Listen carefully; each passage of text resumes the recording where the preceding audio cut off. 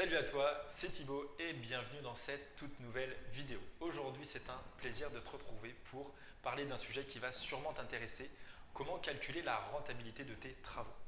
En fait, aujourd'hui, en tant qu'investisseur, quand tu fais énormément de visites et quand tu possèdes des biens, à un moment donné, tu te poses la question s'il est intéressant ou non d'effectuer des travaux pour augmenter la rentabilité de ton bien, pour augmenter tes loyers. Alors aujourd'hui, je vais te donner le calcul et l'astuce qu'il faut avoir pour savoir s'il est intéressant ou non d'effectuer ces travaux. On va prendre un exemple très simple. Aujourd'hui, tu es propriétaire d'un appartement, 3 pièces, et dans ton marché, tu as ciblé une demande au niveau des 4 pièces. C'est-à-dire que ton loyer aujourd'hui, il est de 300 peut-être sur les 3 pièces, et ton 4 pièces, il génère 450 euros. Donc ça veut dire qu'il y a des loyers plus importants.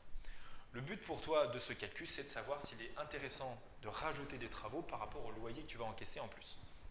Alors comment ça se passe? Tu vas faire ton loyer supplémentaire entre le 3 pièces et le 4 pièces, donc admettons 150 euros, que tu vas multiplier par 12 mois, donc ça va faire 1800 euros à l'année. Et à côté de ça, tu vas diviser par le montant total des travaux, par exemple 10 000 euros. Dans cet exemple, ça te fait une rentabilité de 18%.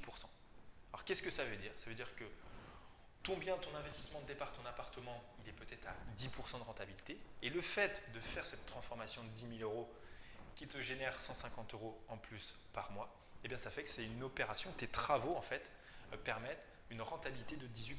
Donc dans ce cas-là, effectivement, c'est intéressant de faire des travaux. Je vais prendre l'exemple inverse. Tu as peut-être une rentabilité à 15%, mais demain, les travaux que tu veux engager, c'est-à-dire les loyers que tu vas encaisser par rapport aux travaux, cette opération de travaux, finalement, ça ne te génère que 7% de rentabilité. À partir de ce moment-là, ce n'est pas intéressant pour toi de le faire.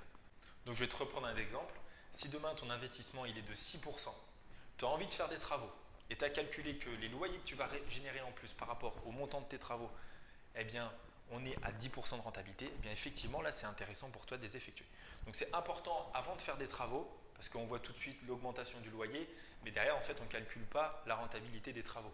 C'est pour ça qu'il est important de poser les choses et de calculer pour voir par rapport à l'investissement au global, la rentabilité de ton opération, par rapport au coût des travaux et la rentabilité que ça va t'apporter.